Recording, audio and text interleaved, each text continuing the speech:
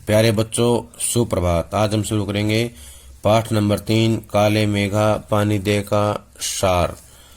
सभी इसको ध्यान से सुनेंगे। यहाँ प्रस्तुत संस्मरण काले मेघा पानी दे में लोक प्रचलित विश्वास और विज्ञान के द्वंद्व का सुंदर चित्रण किया गया है। लोक विश्वास होता है आम आदमी जिन रीति रिवाजों में, जिन धार्मिक बातों में विश्वास करता है उसको बोलते हैं लोक विश्वास। विज्ञान होता है साइंस, जो हमारे वैज्ञानिकों ने खोज की है, जो हमारे सामने आविष्कार किए हैं उनके बीच में, और जो हमारे समाज के धार्मिक विचार हैं या विश्वास है उनके बीच में जो है द्वंद्व का सुंदर चित्रण किया गया है। द्वंद्व होता है टकराव। विज्ञान का अपना तर्क है और विश्वास का अपना सामर्थ्य है। सामर्थ्य होता है योग्यता। इसमें कौन कितना सार्थक है? सार्थक होता है उपयोगी, फायदेमंद। यह प्रश्न पढ़े लिखे समाज को द्विलित करता रहता है। इसी दुविधा को लेकर लेखक ने पानी के संदर्भ में प्रसंग रचा है। आषाढ़ का पहला पखवाड़ा बीत जाने के बाद भी खेती और बहुकाज अन्य कार्यों के लिए, बहुकाज प्रयोग के लिए पानी न हो तो जीवन चुनौतियों का घर बन जाता है, और उन चुनौतियों का निराकरण विज्ञान न कर पाए तो उत्सव धर्मी भारतीय समाज चुप नहीं बैठता।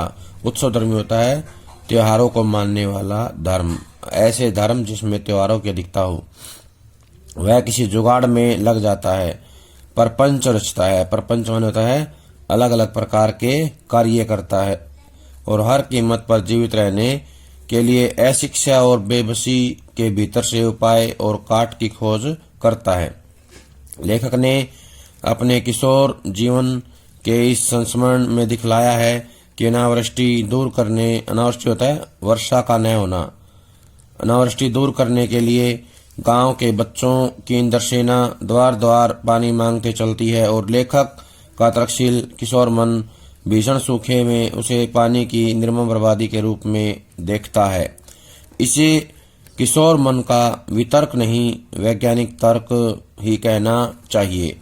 और विज्ञान विषय की इतने दीर्घ काल होता है, लंबे समय तक पढ़ाई और विज्ञानोपलब्ध आविष्कारों से अपने जीवन को भौतिक सुख सुविधाओं से भरते रहने के बावजूद इस देश के जनमानस में ऐसी वैज्ञानिक दृष्टि का न जन्म पाना अफसोसनाक ही कहा जा सकता है। पर जनता के सामूहिक चित्त में बैठे विश्वासों का क्या करें, जिनसे संचालित होता है चलायमान, संचालित होने वाले कुछ लौकिक कर्मकांड होता है सांसारिक काम।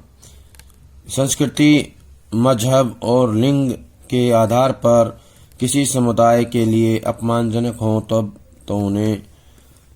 तो उन्हें अंधविश्वास कहकर उनका शीघ्र जल्दी से जल्दी निराकरण ही एकमात्र उपाय है। निराकरण होता है उनका उपाय करना, इलाज करना। पर यदि कुछ विश्वास विज्ञान सम्मत न होकर भी उक्त तरह से हानिकारक न हो तो उनके साथ भी उसी प्रकार का बर्ताव क्या उचित है? ऐसा करने में क्या हमारे सांस्कृतिक मन के खाली हो जाने का खतरा नहीं है? तो इससे जुड़े हुए प्रश्न देखें। यहाँ से भी प्रश्न कई बार आ जाते हैं। पहला तो यही आएगा, काले मेघा पानी दे किस विधा की रचना है? तो बताना है संस्मरण। काले मेघा पानी दे संस्मरण विधा की रचना है। इसमें किसके बारे में बताया गया है? लोक प्रचलित विश्वास और विज्ञान के द्वंद्व के बारे में।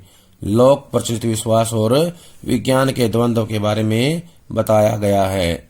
अगला आएगा, आषाढ़ किस ऋतु में आता है? तो बताना वर्षा ऋतु में। किस में आता है? वर्षा ऋतु में। वर्षा ऋतु जो है उसका पहला जो है ये महीना होता है आषाढ़। वर्षा ऋतु में 4 महीने होते हैं, आषाढ़, सावन, भादो, अश्विन।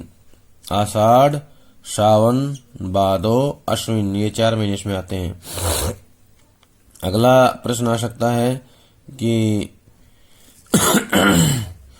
जीवन चुनौतियों का घर कब बन जाता है? जब खेती और बहुकाज के लिए पानी ना मिले। खेती और बहुकाज के लिए पानी ना मिले तो क्या बन जाता है? चुनौतियों का घर बन जाता है। जब चुनौतियों का निराकरण विज्ञान न कर पाए तो क्या होता है, उत्सव धर्मी समाज जो है चुप नहीं बैठता। क्या होता है, उत्सव धर्मी समाज चुप नहीं बैठता है, वो क्या करता है, किसी जुगाड़ में लग जाता है और प्रपंच रचता है। उत्सव धर्मी समाज क्या करता है, किसी जुगाड़ में लग जाता है और प्रपंच रचता है। लेखक का किशोर मन क्या करता है, वो ये करता है कि अनावृष्टि दूर करने के लिए बच्चों पर पानी फेंका जाता है, उसको क्या मानता है, पानी की बर्बादी। क्या मानता है, पानी की बर्बादी मानता है। क्या मानता है, लेखक का किशोर मन जो है पानी की बर्बादी किसको मानता है, पानी की बर्बादी इंद्रसेना पर फेंके गए पानी को मानता है, क्योंकि वो बर्बाद कर रहे हैं पानी को। पानी को बर्बाद कौन कर रहा है, इंद्रसेना।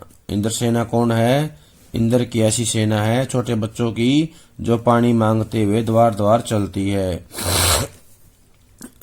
अगला प्रश्न हो सकता है, लंबे समय तक किसने पढ़ाई की थी विज्ञान की, लेखक ने। किसने की थी, लेखक ने की थी। और समाज के अन्य लोग भी जो है काफी लोग इसमें कर रहे हैं, विज्ञान की पढ़ाई कर रहे हैं। हमारे लिए अफसोसनाक क्या है, अफसोसनाक ये है कि भारतीय जनमानस में वैज्ञानिक दृष्टि नहीं पनप पाई है, जन्म ले पाई है। भारतीय समाज में वैज्ञानिक सुख सुविधाएं तो आ गई हैं, लेकिन वैज्ञानिक दृष्टि जो है जन्म नहीं ले पाई है। ये जो है हमारे समाज के लिए थोड़ा सा सोचने का विषय है, अफसोसनाक विषय भी कहा जाता है इसे।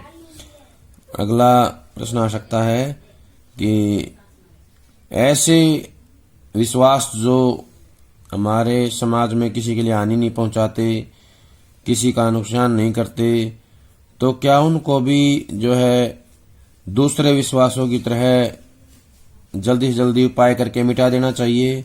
क्या ये सही है? तो हमारा उत्तर होगा गलत है। ऐसे विश्वास जो किसी का नुकसान नहीं पहुंचाते, किसी प्रकार की किसी को हानि नहीं पहुंचाते, उनको दूसरे विश्वासों की तरह, हानिकारक विश्वासों की तरह जो है नष्ट कर देना भी क्या है, हमारे लिए सही नहीं है। हमें ऐसा नहीं करना चाहिए। विश्वास की भी तो एक रचनात्मक भूमिका हो सकती है। आपातकाल में निराशा दूर करने या अधीरता यानी बेचैनी को थामने अथवा विभक्त जन चेतना को जोड़ने के अर्थ में अब सवाल रह जाता है कि बारिश के लिए किए जाने वाले उक्त भोले प्रयत्न किस कोटि के अंतर्गत हैं। लेखक ने कोई निर्णय नहीं दिया है, पर एक बात स्पष्ट होती है कि जीजी की संतुष्टि और अपने प्रति उनका सद्भाव बचाए रखने के लिए वह उन तमाम रीति रिवाजों को ऊपरी तौर पर ही सही अपनाने को बचपन में बाध्य बना रहता था। क्या इससे संकेत लिया जा सकता है विज्ञान का सत्य बड़ा है या सहज प्रेम का रस, या दोनों? तो यहाँ से भी एक आध प्रश्न आ सकता है, तो हमें उसको ध्यान रखना है।